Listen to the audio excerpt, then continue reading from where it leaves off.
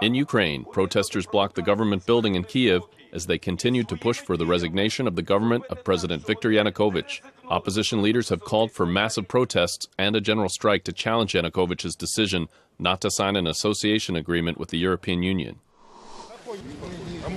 In Russia, police detained opposition politician Boris Nemtsov and other activists during an unauthorized rally outside the Ukrainian embassy in Moscow. The activists held up a banner that said, "Ukraine, we are with you," and said they came to the embassy to express solidarity with pro-EU demonstrators in Ukraine.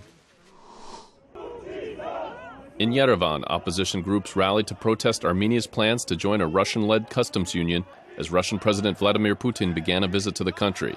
The protesters called on Armenian President Serge Sarkisyan to reverse his decision to give up a trade deal with the European Union in favor of closer ties with Russia. Police blocked access to the presidential palace and detained a number of protesters.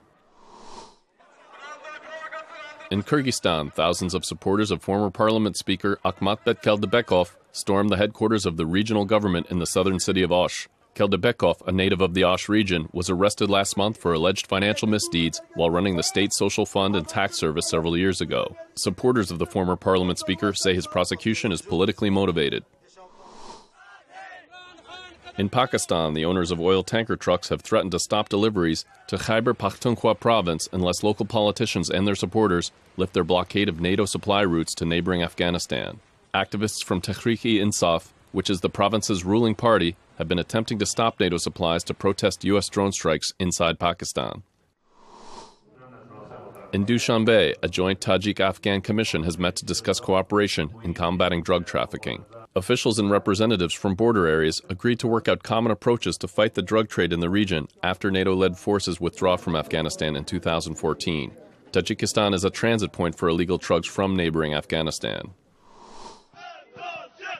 In Kosovo, supporters of the ethnic Albanian self-determination movement celebrated their victory in local elections in the capital, Pristina. The group's leader, Harvard-educated Shpend Ahmeti, defeated Democratic League of Kosovo candidate Isa Mustafa and is now poised to become the next mayor of Pristina. The Democratic League of Kosovo, however, defeated Prime Minister Hashim Thaçi's Democratic Party of Kosovo in other ethnic Albanian areas. About 10,000 Belarusians traveled to the Lithuanian capital, Vilnius, to see the band Lapis Trubetskoy. Public performances by the group are banned in Belarus because of its anti-government rhetoric. During live concerts, band members and its fans often fly white, red, and white flags, which are opposition symbols, and are also banned by the official regime in Belarus. And that's the video roundup from Radio Free Europe, Radio Liberty.